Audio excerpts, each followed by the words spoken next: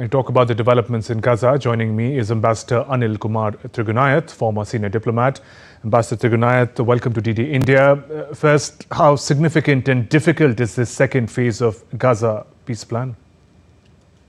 Well, it has been quite difficult for President Trump to do, but he has been very consistent and pursuing it. And he himself is chairing this Board of Peace. And I think that in that sense, the beginning of the phase two will be a welcome change, which is required and continuation, even though not everybody is on board.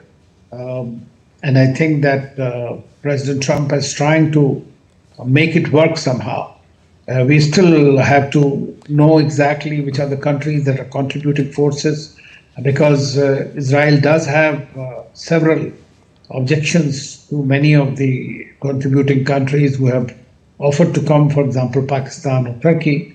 But as we have seen in this board of peace, we are looking at the Hakan Fidan, the Turkish foreign minister, as well as Egyptian and some others who have been continuing, Qatar, for example, all of them who have been involved in these peace plans and working on peace all through. President Trump is also keen that Hamas remains on board with completely, as far as the continuation of this peace plan is concerned, reconstruction is concerned. But it looks like at the moment that this is a good board that should be able to deliver. It depends on what is the remit exactly, how it is going to work, how the funding would be provided for reconstruction, because the situation, especially during these winters, is extremely difficult for the Gazans, the Palestinians.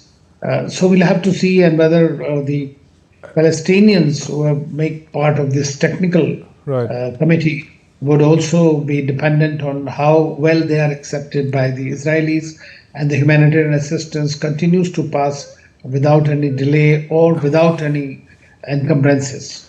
Staying with the constitution of the board, Ambassador, given so many foreign leaders are going to be part of this executive and the Board of Peace, how much say is an ordinary Palestinian likely to have? There are already concerns around the presence of someone like Tony Blair as part of the executive group for Gaza peace plan. Yeah, I think that in the beginning, as everybody knows, that Tony Blair, it is actually a Tony Blair's plan, which has been tweaked around a little bit and been brought in. And that is the reason that Tony Blair is a part of this total plan. But we'll have to see that how this will eventually play out, and how the Palestinians will take it, or for that matter. Because see, the problem is that it was decided in the beginning itself that the Gazans will not be part of it, Hamas will not be part of it. So you'll have to, some people from former ministers and others who are well known have been taken on board for the technical council, not on the Board of Peace. So I think in a way what they are looking at is that all the countries that have been involved in the peace discussions all through, and the countries and the organizations, as well as the individuals who can perhaps arrange the funding where that is required. For example, World Bank president is there, Ajay Baga, and then you have Macron and several others like that who are multi-billionaires also, who might be able to help in procuring some. Because see, the problem right now is the immediate assistance, and then continuing the reconstruction. And reconstruction will require a huge amount of money, and from where it is going to come, and that is the problem.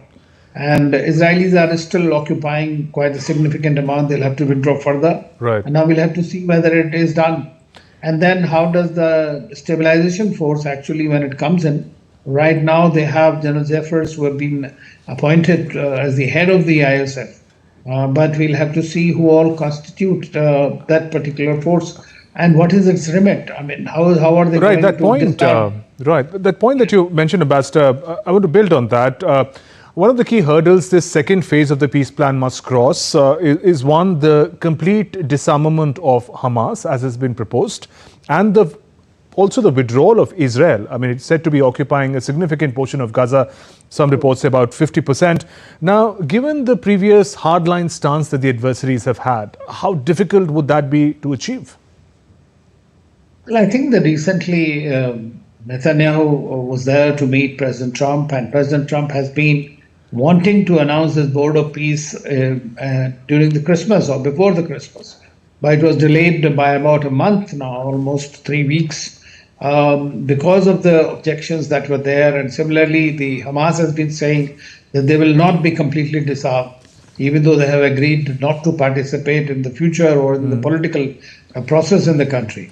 But at the same time, they don't want to give up all the arms. Secondly, many of the countries like Turkey and even Pakistan, which was supposed to contribute forces, Yes. have clearly said that it will not be possible for them to disarm them. They can't take on the responsibility of fighting them. So all those countries are looking at it as a peacekeeping force, whereas the Board of Peace or President Trump hopes that this force will be able to disarm, which means they might get into some kind of a fight with the Hamas officials, because see, the Hamas is also a disparate group. It is, there are so many of these different groups working in different parts, whatever is left of them.